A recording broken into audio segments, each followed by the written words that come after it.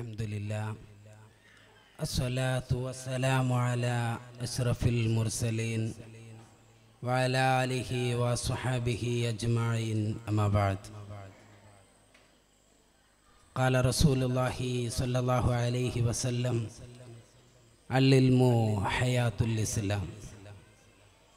ഏറ്റവും ബഹുമാനാദരവുകൾ നിറഞ്ഞ വേദിയിലും പുറത്തുമായി ഉപവിഷ്ടരായിരിക്കുന്ന പ്രിയപ്പെട്ട കാരണവന്മാരെ, ആലിമീങ്ങളെ, മുതഅല്ലിമീങ്ങളെ, ഈ മുതഅല്ലിമിൻ്റെ ശബ്ദം ശ്രവിച്ചു കൊണ്ടിരിക്കുന്ന ഉമ്മ, പങ്ങന്മാരെ, ജ്യേഷ്ഠാനുജ സുഹൃത്തുക്കളെ, അസ്സലാമു അലൈക്കും വറഹ്മത്തുള്ളാഹി തആല വബറകാത്ത്. അള്ളാഹുവിൻ്റെ അപാരമായ അനുഗ്രഹത്തിൻ്റെ ഫലമായിക്കൊണ്ട് തോട്ടക്കാട് ദർസ് വിദ്യാർത്ഥികൾ സംഘടിപ്പിച്ച മഹാനാകുന്ന മുഹിയുദ്ദീൻ ഷേഖ് ഖദ്ദസല്ലാഹു സിർറഹുൽ അസീസ് തങ്ങളുടെ ആണ്ടിൻ്റെ മാസമാകുന്ന ഈ ഒരു സമയത്ത് വർഷാവർഷം നമ്മൾ നടത്തി വരുന്ന ഒരു പ്രോഗ്രാമിൽ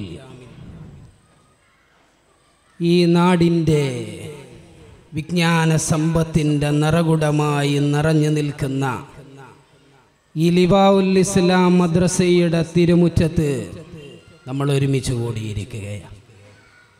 അല്ലാഹുവേ, കഴിഞ്ഞ വർഷവും ഇതുപോലെ നമ്മൾ ഒരുമിച്ച് കൂടിയപ്പോൾ നമ്മളോട് കൂടെയുണ്ടായിരുന്നവർ, കൂട്ടുകൂടിയവർ, കൂടെ നടന്നവർ, സഹകരിച്ചവർ, സഹായിച്ചവർ പലരും ഇന്ന് ഈ പള്ളിക്കാടിൻ്റെ, അതല്ലെങ്കിൽ പല പള്ളിക്കാടുകളുടെയും ആറടിയിൽ ആരോരുമില്ലാതെ ബർസഖിയായ ജീവിതവുമായി അവർ മുന്നോട്ട് പോവുകയാണ്.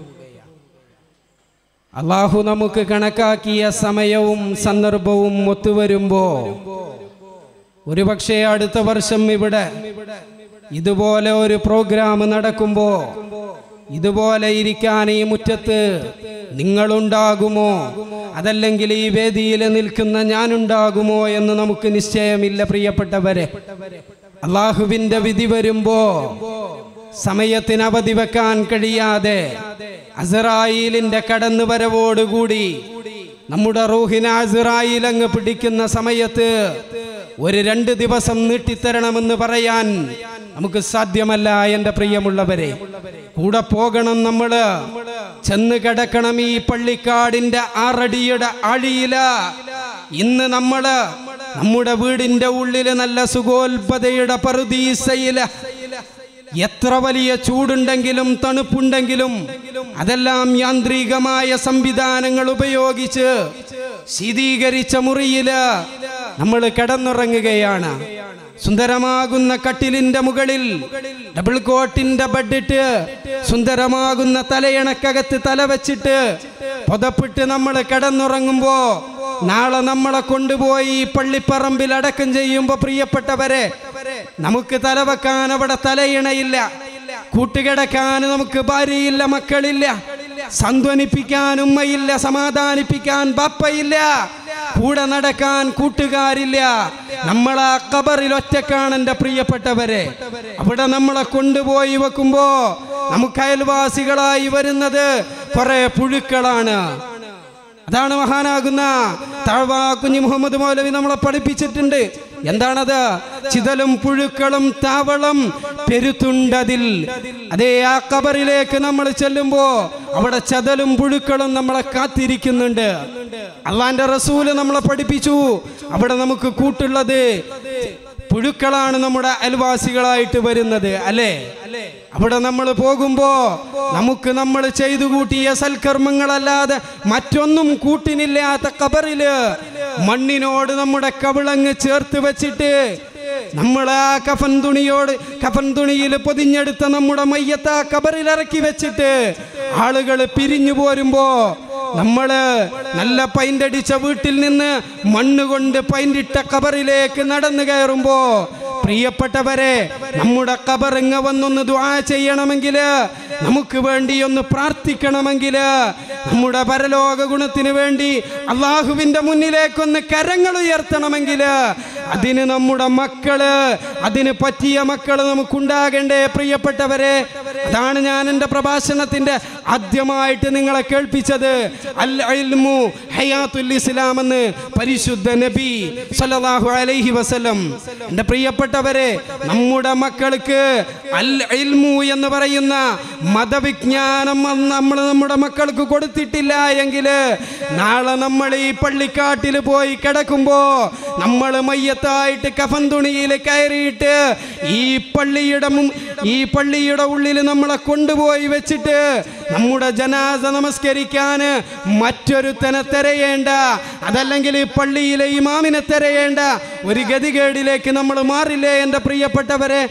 ആയതുകൊണ്ട് നമ്മുടെ മക്കളെ ദീനുള്ള മക്കളാക്കി വളർത്തിയിട്ടില്ലെങ്കിൽ നമ്മുടെ മക്കളെ നമ്മൾ മരിച്ചു പോയാലും നമ്മളെ മക്കളെ കൊണ്ട് ആളുകൾ നമ്മളെ ഓർക്കുന്ന ഒരു സന്ദർഭത്തിലേക്ക് നമ്മളെ മക്കളെ നമ്മൾ മാറ്റിയെടുത്തിട്ടില്ലെങ്കിൽ പ്രിയപ്പെട്ടവരെ, ഞാനും നിങ്ങളും നടന്നു നീങ്ങുന്നത് പരാജയത്തിലേക്കല്ലേ എൻ്റെ പ്രിയപ്പെട്ടവരെ.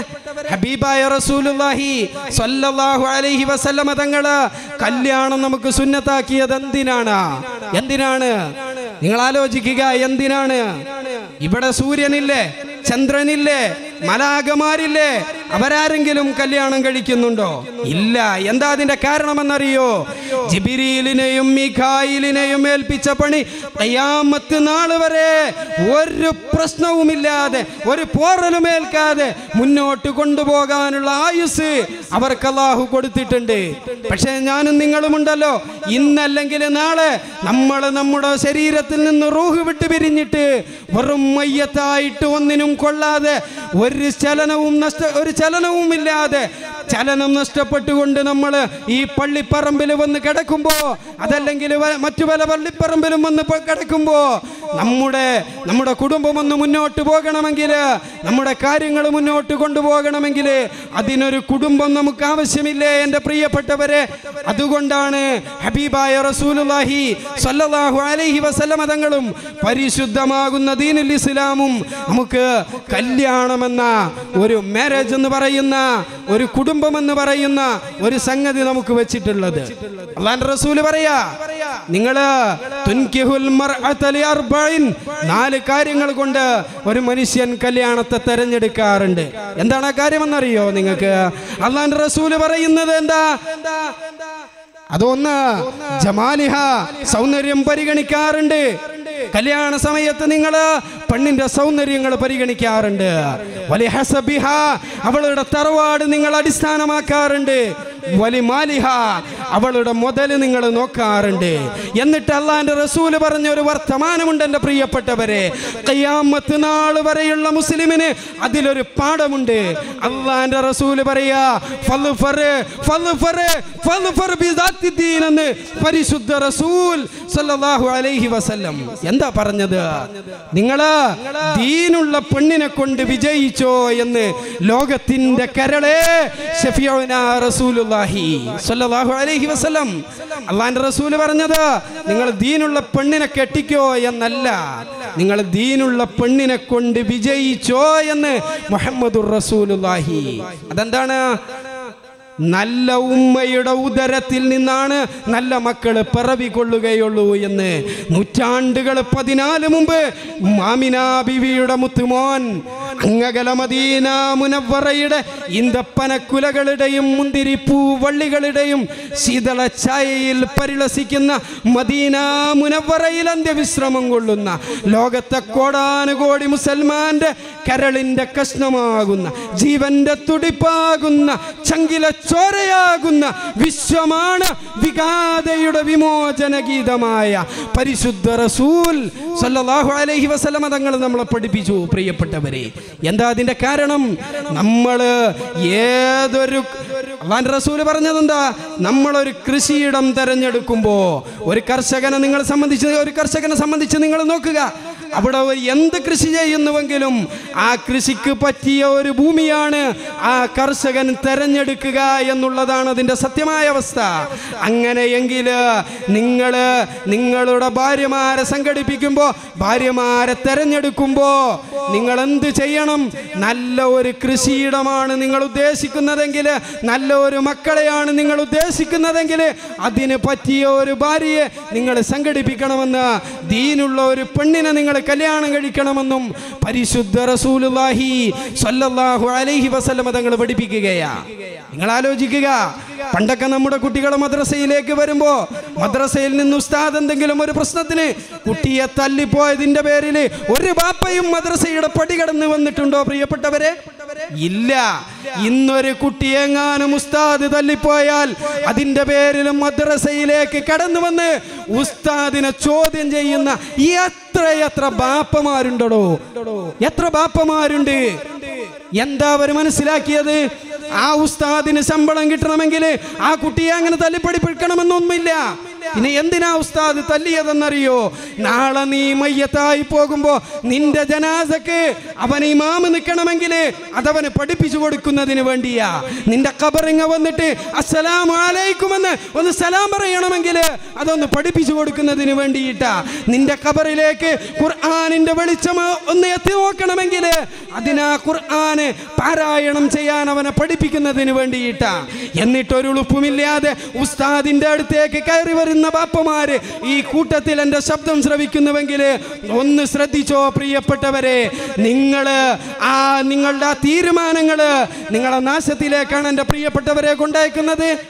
ചിന്തിക്കുക. ഇന്ന് നിങ്ങൾ ആലോചിക്കുക, നമ്മുടെ സമുദായത്തിൽപ്പെട്ട എത്ര മുസ്ലിം പെൺകുട്ടികളാണോ അന്യന്റെ കൂടെ, വേണ്ട സ്വന്തം സമുദായത്തിൽപ്പെട്ടവന്റെ കൂടെ തന്നെ ഇറങ്ങിപ്പോകുമ്പോ കണ്ണീരും കയ്യുമായി കഴിയുന്ന ബാപ്പമാരുമ്മമാരുണ്ടെങ്കിൽ അവർക്കെന്ത് പറ്റി? ദീന് കൊടുത്തില്ല. ദീന് കൊടുക്കാത്തതിന്റെ പ്രശ്നമാണ് അവിടെ സംഭവിച്ചു പോയത്, അല്ലേ? എന്റെ ശബ്ദം ശ്രവിക്കുന്ന ഉമ്മമാരുണ്ടല്ലോ, ഈ മറക്കപ്പുറത്ത് അതോടുകൂടി പാവപ്പെട്ടവന്റെ ശബ്ദം സകൂതം ശ്രവിച്ചു കൊണ്ടിരിക്കുന്ന ഭദ്രശ്രദ്ധരായിരിക്കുന്ന എൻ്റെ പ്രിയപ്പെട്ട ഉമ്മമാരില്ലേ അവിടെ? ഒന്ന് ചിന്തിക്കുക.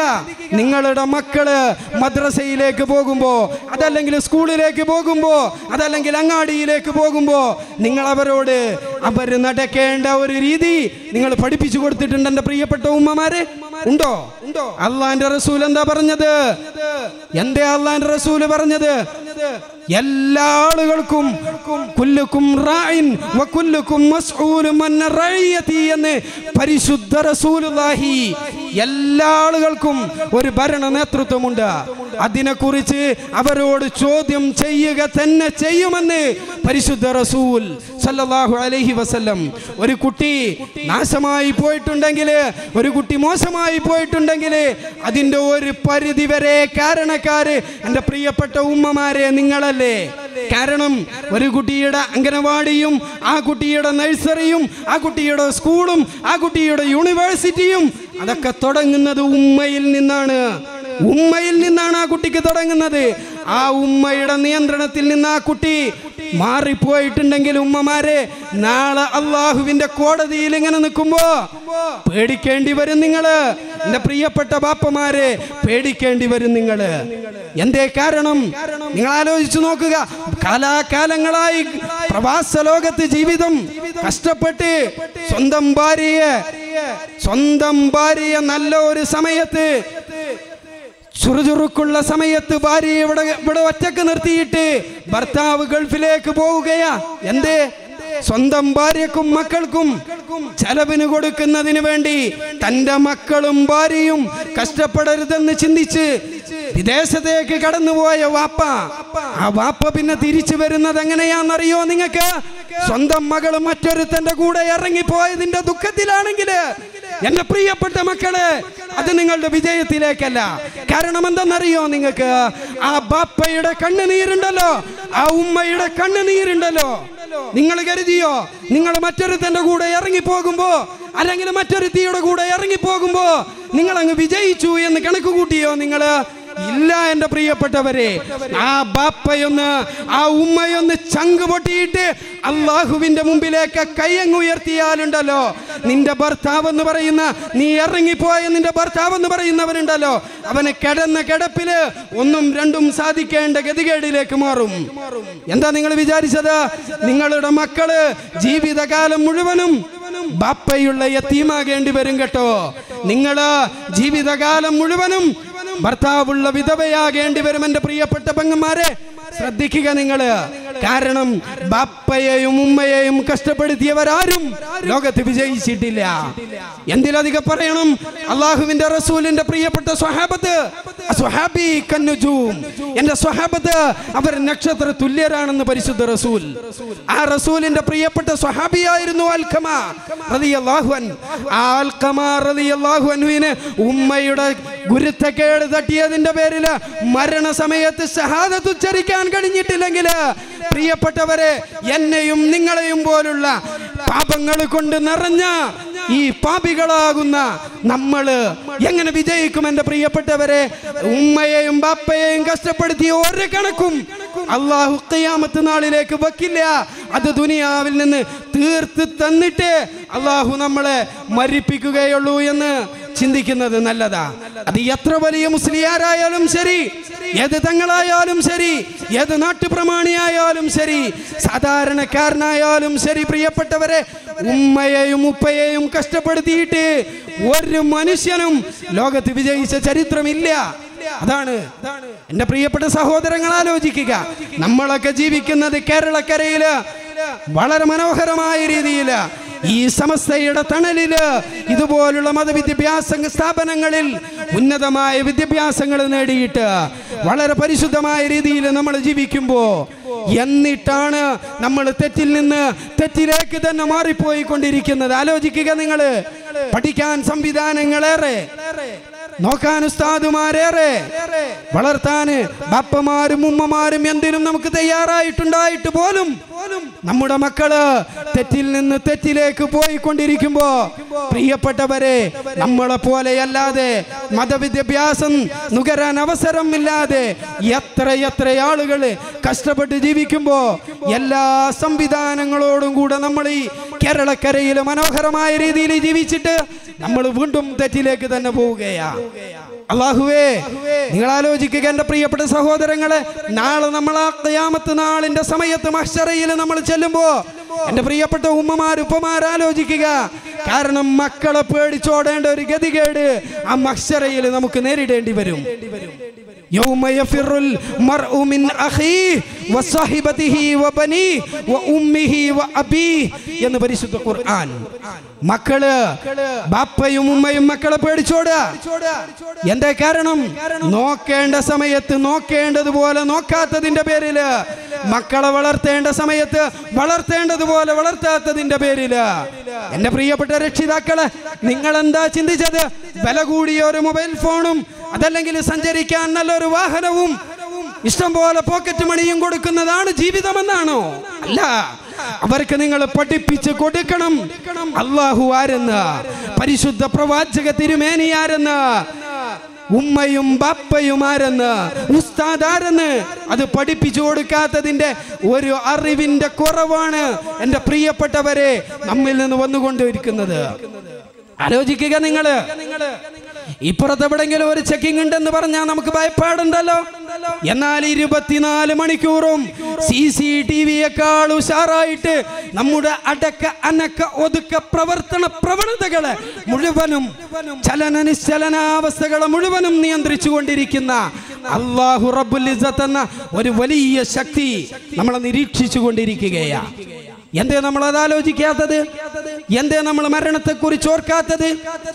അള്ളാന്റെ റസൂല് പറഞ്ഞതാ, അവസാന കാലം വരുമ്പോ എന്റെ ഉമ്മത്തിനൊരു കാലം വരും. എന്താ കാലത്തിന്റെ പ്രത്യേകത എന്നറിയോ? അവര് മരണത്തെ കുറിച്ച് മറന്നുപോകും.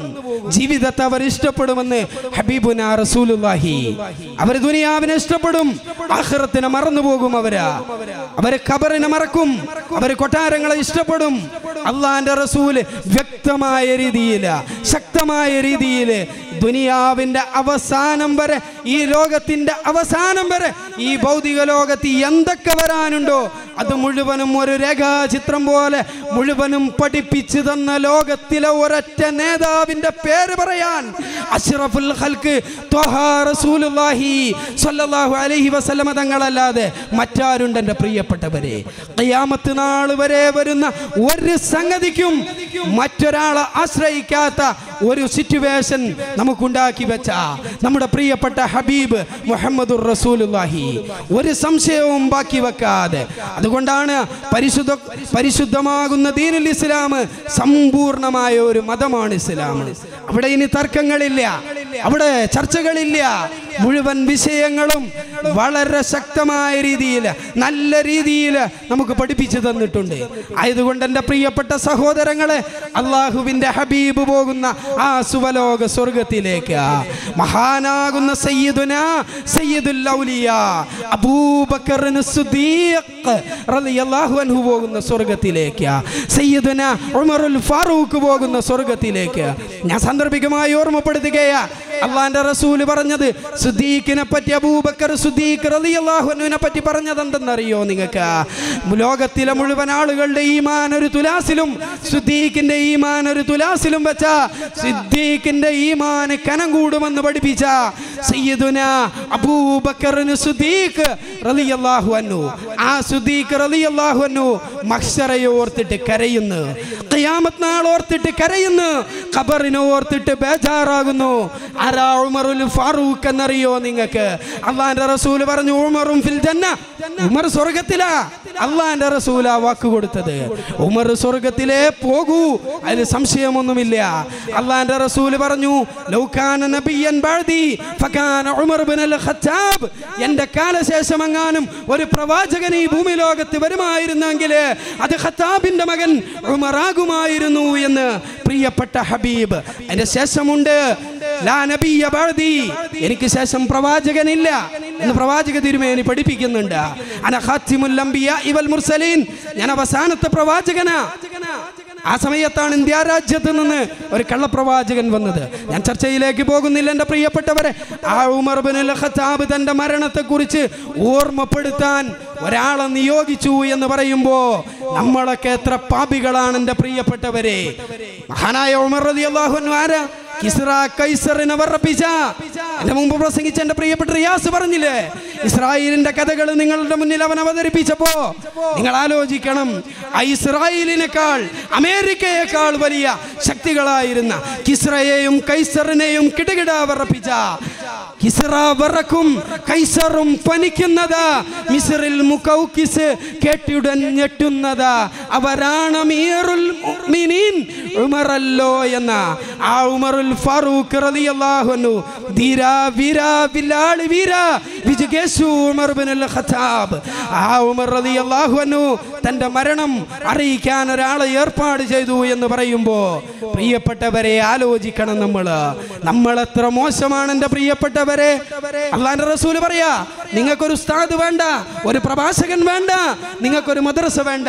നിങ്ങൾക്ക് നിങ്ങളുടെ ദീനിനെ കുറിച്ച് പഠിക്കണമെങ്കിൽ, നിങ്ങൾക്ക് നിങ്ങളുടെ ജീവിതത്തിൽ ഒരു ബേജാറുണ്ടാകണമെങ്കിൽ, നിങ്ങൾക്ക് നിങ്ങളുടെ കാര്യത്തിൽ ഒരു പേടിയുണ്ടാകണമെങ്കിൽ, ഒരു മനുഷ്യനെ അവനെ ഉപദേശിച്ച് നന്നാക്കാൻ ഒരു വാഇദിന് ആവശ്യമാണെങ്കിൽ, ഒരു ഉസ്താദിന് ആവശ്യമാണെങ്കിൽ അവനവൻ്റെ മരണത്തെക്കുറിച്ച് ഓർത്തോട്ടെ എന്ന് ലോകത്ത് തെറ്റാത്ത നാക്കിൻ്റെ മുത്തേ നബി മുഹമ്മദ് മുസ്തഫ സല്ലല്ലാഹു അലൈഹി വസല്ലം ഇവരൊക്കെ ബേജാറായി പോയി. അള്ളാന്റെ റസൂലിനോട് അസ്റായീൽ വന്നിട്ട് സമ്മതം ചോദിക്കുക, നബിയെ നിങ്ങൾക്ക് സമ്മതമുണ്ടോ റൂഹിനെ പിടിക്കുക? സമ്മതമില്ലേ? തിരിച്ചു പോക, അള്ളാന്റെ ഓർഡറാണ്. അസ്റായീൽ വേറൊരു വാതിൽ പടിയിലും ചെന്നിട്ട് ഒരു റൂഹ് പിടിക്കാനും അസ്റായീൽ ഇന്ന് വരെ ഒരു പ്രമാണിയുടെ മുമ്പിലും അസ്റായീൽ സമ്മതം ചോദിച്ചിട്ടില്ല. പ്രിയപ്പെട്ടവരെ, ആ അള്ളാന്റെ റസൂലിന്റെ മുമ്പിൽ അസ്റായീൽ സമ്മതം ചോദിക്കുമ്പോ അള്ളാന്റെ റസൂൽ പറഞ്ഞതെന്താ? അസ്റായീൽ മുഹമ്മദുർ റസൂലുള്ളാഹി സ്വല്ലല്ലാഹു അലൈഹി വസല്ലം തങ്ങളുടെ റൂഹ് പിടിക്കുമ്പോ ലോകത്തെ ഏറ്റവും സോഫ്റ്റ് ആയിട്ട് അസ്റായീൽ റൂഹ് പിടിക്കുന്നത് അത് റസൂലുള്ളാന്റെ അല്ലേ? ആ റസൂലുള്ളാന്റെ റൂഹ് പിടിച്ചപ്പോഴും അള്ളാന്റെ റസൂല് പറഞ്ഞത് ഇന്നലിൽ സക്കറാത്ത്, ഇന്നലിൽ മൗത്തിലെ സക്കറാത്ത് എന്ന് പരിശുദ്ധ റസൂൽ. മരണത്തിന് കഠോരമായ വേദനയുണ്ട് എന്ന് ലോകത്തിന്റെ പ്രവാചക തിരുമേനി മുസ്തഫ സല്ലല്ലാഹു അലൈഹി വസല്ലമ തങ്ങള് നമ്മുടെ പ്രിയപ്പെട്ട ഉമ്മയുണ്ടല്ലോ, പ്രിയപ്പെട്ട ഉമ്മ അബൂബക്കർ സിദ്ദീഖ് എന്ന് പറയുന്ന ഔലിയാക്കളുടെ മുഴുവനും നേതാവാകുന്ന ആ അബൂബക്കർ സിദ്ദീഖ് റളിയല്ലാഹു അൻഹുവിനെ പോറ്റി വളർത്തിയ പ്രിയപ്പെട്ട ആയിഷ ഉമ്മ, റസൂലുള്ളാഹിന്റെ കൂടെ കിടക്കാൻ ഭാഗ്യം ലഭിച്ച ആയിഷ ഉമ്മ, ആയിഷ ഉമ്മയുടെ മടിത്തട്ടില് തലവച്ചിട്ട് റസൂലുള്ളാഹി സ്വല്ലല്ലാഹു അലൈഹി വസല്ലമ തങ്ങള് മരണത്തെ മുഖാമുഖം കാണുന്ന സന്ദർഭത്തില് പ്രിയപ്പെട്ടവരാലോചിക്കുക, അള്ളാന്റെ റസൂലിന്റെ പരിശുദ്ധമാക്കപ്പെട്ട ചുണ്ടിങ്ങനെ ചലിക്കുന്നത് കണ്ടിട്ട് പ്രിയപ്പെട്ട ആയിഷ ബീവി അവിടുത്തെ ശറഫാക്കപ്പെട്ട ചെവി അങ്ങ് ചേർത്ത് വെച്ചപ്പോ അള്ളാന്റെ റസൂല് പറഞ്ഞത് അവിടുത്തെ കരളിന്റെ കഷ്ണമാകുന്ന ഫാത്തിമ എന്റെ കരളിന്റെ കഷ്ണമാണെന്ന്. ഏതെങ്കിലും ബാപ്പമാര് സ്വന്തം മക്കളെ കുറിച്ച് ഇത്ര മനോഹരമായ ഒരു വാക്ക് പറഞ്ഞിട്ടുണ്ടോ? ഉണ്ടോ പ്രിയപ്പെട്ടവരെ? അത്ര മനോഹരമായി ഫാത്തിമയെ സ്നേഹിച്ചു പോയ ലോകത്തിന്റെ പ്രവാചക തിരുമേനിയുണ്ടല്ലോ, ആ റസൂലുള്ളാഹിന്റെ പ്രിയപ്പെട്ട ചുണ്ടിലേക്ക് പ്രിയപ്പെട്ട ആയിഷ ഉമ്മയങ്ങ് ചെവി ചേർത്ത് വെച്ചപ്പോ തന്റെ പ്രിയപ്പെട്ട മോളെ കുറിച്ചല്ല റസൂല് പറഞ്ഞത്. നിഴലില്ലാത്ത റസൂലുള്ളാഹിന്റെ കൂടെ നിഴലായി നടന്ന സയ്യിദുനാ സുദീഖ്, ആ സുദീഖ് തങ്ങളെ കുറിച്ചല്ല പറഞ്ഞത്. പ്രിയപ്പെട്ട മരുമകൻ അലി എവിടെയുണ്ട്? ഉസ്മാൻ എവിടെയുണ്ട്? തൻ്റെ ജീവിതത്തിലേക്ക് അള്ളാഹിന്റെ റസൂല് പറഞ്ഞത് ഉമറിനെ കൊണ്ട് ദീനിന് ശക്തി വേണമെന്ന് അള്ളാഹിന്റെ റസൂല് പ്രാർത്ഥിച്ചു പോയ, അള്ളാഹുവിന്റെ റസൂലിന് ശക്തി പകർന്ന ഉമർ ഇബ്നുൽ ഖത്താബ് എന്ന ആ പ്രിയപ്പെട്ട ഗർജിക്കുന്ന സിംഹക്കുട്ടിയില്ലേ. എന്നിട്ടോ അള്ളാന്റെ റസൂല് പറഞ്ഞതെന്താ? ഉമ്മത്തി, എന്റെ സമുദായമെന്നാണ്. എൻ്റെ പ്രിയപ്പെട്ടവരെ, എൻ്റെ സമുദായമെന്നാണ്. എൻ്റെ സമുദായമെന്ന് മരണത്തിൻ്റെ ആ മനോഹരമായ നിമിഷമല്ലല്ലോ മരണത്തിലുള്ളത്. മരണത്തിന് വേദനാജനകമായ നിമിഷമാണ്. ആ സമയത്ത് അള്ളാന്റെ റസൂല് അപ്പോഴും തൻ്റെ മരണത്തിൻ്റെ ക്രിട്ടിക്കൽ സ്റ്റേജിലും അള്ളാന്റെ റസൂല് പറഞ്ഞത് എൻ്റെ സമുദായമെന്നാണ്, എൻ്റെ സമുദായമെന്നാണ്. എൻ്റെ പ്രിയപ്പെട്ട സഹോദരങ്ങളെ, ആയിഷ ഉമ്മയുടെ മടിയിലെ തലവെച്ച് അള്ളാന്റെ റസൂല് വഫാത്താകുമ്പോ നിങ്ങൾ ആലോചിക്കുക, നമ്മളൊക്കെ എന്തൊക്കെ പറയുന്നു, നമ്മളൊക്കെ എന്തൊക്കെ ത്യാഗം സഹിച്ചെന്ന് പറയുന്നു. നമ്മളൊരു ത്യാഗവും സഹിച്ചിട്ടില്ല. അള്ളാന്റെ റസൂല് പരിശുദ്ധമാകുന്ന മുഹമ്മദുർ റസൂലുള്ളാഹി സ്വല്ലല്ലാഹു അലൈഹി വസല്ലം തങ്ങളുടെ പ്രിയപ്പെട്ട പിതൃവ്യനാകുന്ന ഹംസത്തുൽ കറാർ റളിയല്ലാഹു അൻഹു ഉഹദിന്റെ രണാങ്കളത്തിൽ അവിടുത്തെ രക്തസാക്ഷിത്വം വഹിച്ചുപോ.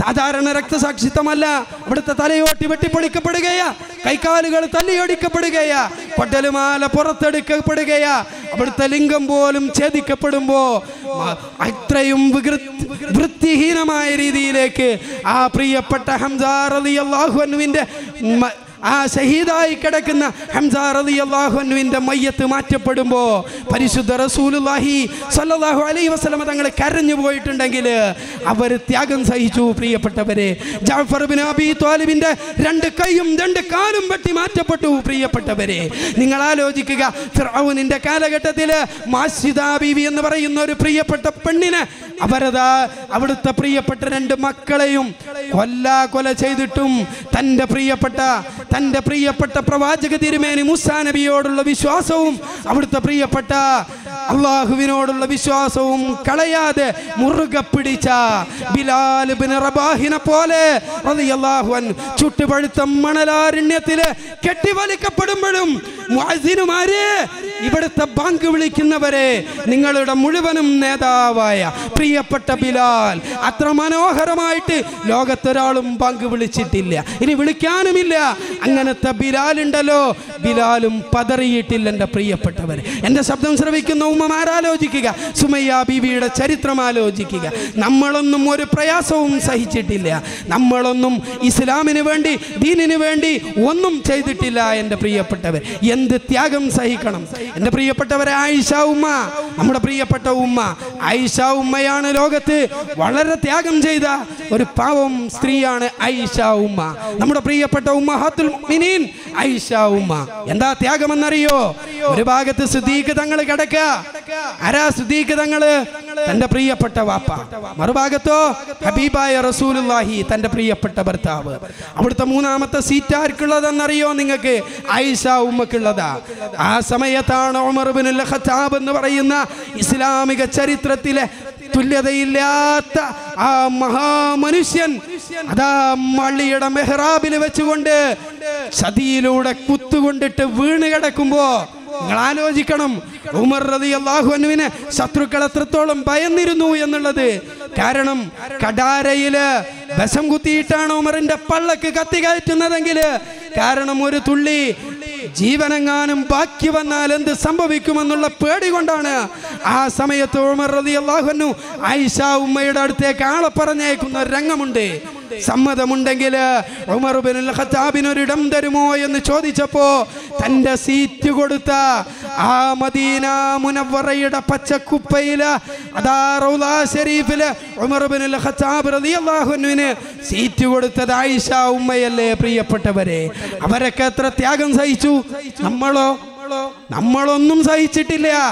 ഹിറാ ഗുഹക്കകത്ത് അള്ളാന്റെ റസൂൽ ഇങ്ങനെ ഇരിക്കുമ്പോ പ്രായങ്ങൾ ഒരുപാടുള്ള 50-ന് മുകളിൽ പ്രായമുള്ള ഖദീജ ഉമ്മ ആ ഹിറാ ഗുഹയിലേക്ക് നടന്നു കയറി എന്ന് ചരിത്രം പറയുമ്പോ നിങ്ങൾ ആലോചിക്കുക, എത്ര പ്രായമുള്ള ഉമ്മയാണ് ഖദീജ ബീബി റളിയല്ലാഹു അൻഹ. ആ ഹിറാ ഗുഹയിലേക്ക് തന്റെ പ്രിയപ്പെട്ട പ്രാണനാകുന്ന പ്രിയപ്പെട്ട ഭർത്താവിന് ഭക്ഷണവുമായി കടന്നു ചെന്ന ലോകത്തിന്റെ പ്രിയപ്പെട്ട നായികയാണ് പ്രിയപ്പെട്ട ഖദീജ ഉമ്മ.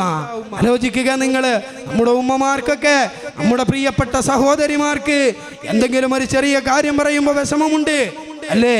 എങ്കില് നിങ്ങളുടെ മുഴുവനും നായികയാകുന്ന ഫാത്തിമ ബീവി സഹിച്ചതുപോലെ, ഖദീജ ബീവി സഹിച്ചതുപോലെ, മറിയം ബീവി സഹിച്ചതുപോലെ നമ്മളൊന്നും സഹിച്ചിട്ടില്ല. എന്നാലും എൻ്റെ പ്രിയപ്പെട്ടവരെ, നമ്മുടെ മക്കളെ ഈ മദ്രസയിലേക്ക്, അത് കഴിഞ്ഞിട്ടൊരു പള്ളിയിലേക്ക്, അത് കഴിഞ്ഞിട്ട് നല്ല ദീനീ ചിട്ടയോടുകൂടി നല്ല ഒരു ദീനുള്ള മക്കളാക്കിയിട്ട് അവരെ വളർത്താൻ എൻ്റെ പ്രിയപ്പെട്ടവരെ നമ്മൾ തയ്യാറാകണം. അത് തയ്യാറായിട്ടില്ലെങ്കിൽ പലരും പറയും ഇന്ന് മൊഹിയുദ്ദീൻ ഷെയ്ഖിന്റെ ആണ്ട് നടത്തുമ്പോ, അതല്ലെങ്കിൽ റസൂലുള്ളാന്റെ നബിദിനം കൊണ്ടാടുമ്പോ ഭ്രാന്താണെന്ന് പറയും. അതൊരു ഭ്രാന്താണെങ്കിൽ അത് നല്ല എ ക്ലാസ് പിരാന്താണ് എൻ്റെ പ്രിയപ്പെട്ടവരെ. അതാണ് പിരാന്ത്, അതാണ് ഒറിജിനൽ ഭ്രാന്ത് എന്ന് എൻ്റെ പ്രിയപ്പെട്ട സഹോദരങ്ങളെ. അള്ളാന്റെ റസൂലിന്റെ ജന്മദിനം കൊണ്ടാടൽ ഭ്രാന്താണെങ്കിൽ നമ്മൾ ഭ്രാന്തന്മാരാണ്. ആ ഭ്രാന്തിലായി അള്ളാഹു നമ്മളെയൊക്കെ അങ്ങ് മരിപ്പിക്കട്ടെ എന്ന് മാത്രം പ്രാർത്ഥിച്ചുകൊണ്ട് ഞാൻ എൻ്റെ വാക്കുകൾ ഉപസംഹരിക്കുന്നു. വആഖിറു ദഅ്വാനാ അൽഹംദുലില്ലാഹി റബ്ബിൽ ആലമീൻ. അസ്സലാമു അലൈക്കും വറഹ്മത്തുള്ളാഹി വബറകാതുഹു.